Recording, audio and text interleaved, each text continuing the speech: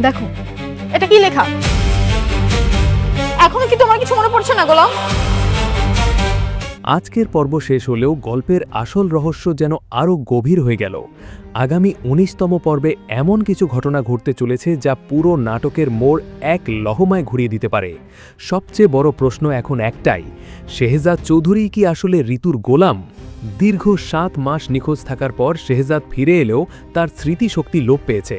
তবে ঋতু অনবরত প্রমাণ করার চেষ্টা করছে যে শেহজাদই তার হারিয়ে যাওয়া স্বামী।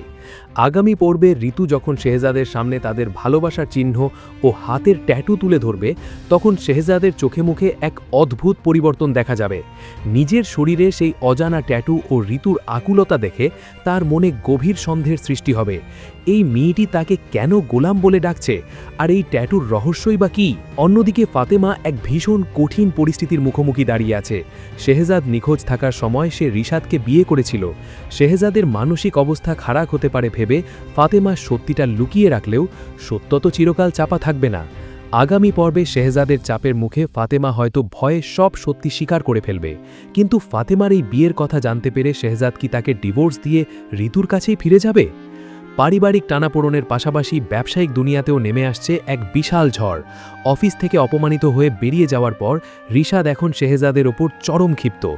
৯২ নম্বর লকারের গোপন খবর পেতে সে এবার দাউদ খানের গ্যাংয়ের সাথে হাত মিলিয়ে শেহজাদের বড় ধরনের ক্ষতি করার পরিকল্পনা করছে।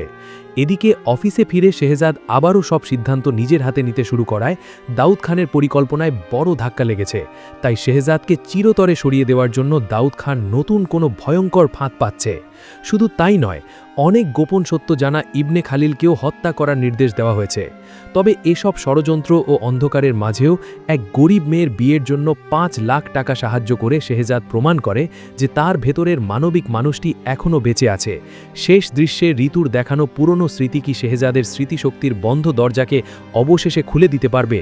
আগামী ১৯তম পর্বে লকার নম্বর ৯২ এর রহস্য, শেহজাদের হারিয়ে যাওয়া পরিচয় ও ফাতেমা ঋতু শেহজাদের জটিল সম্পর্কের টানাপোড়েন কোন দিকে মোড় নেয়, সেটাই এখন দেখার অপেক্ষা।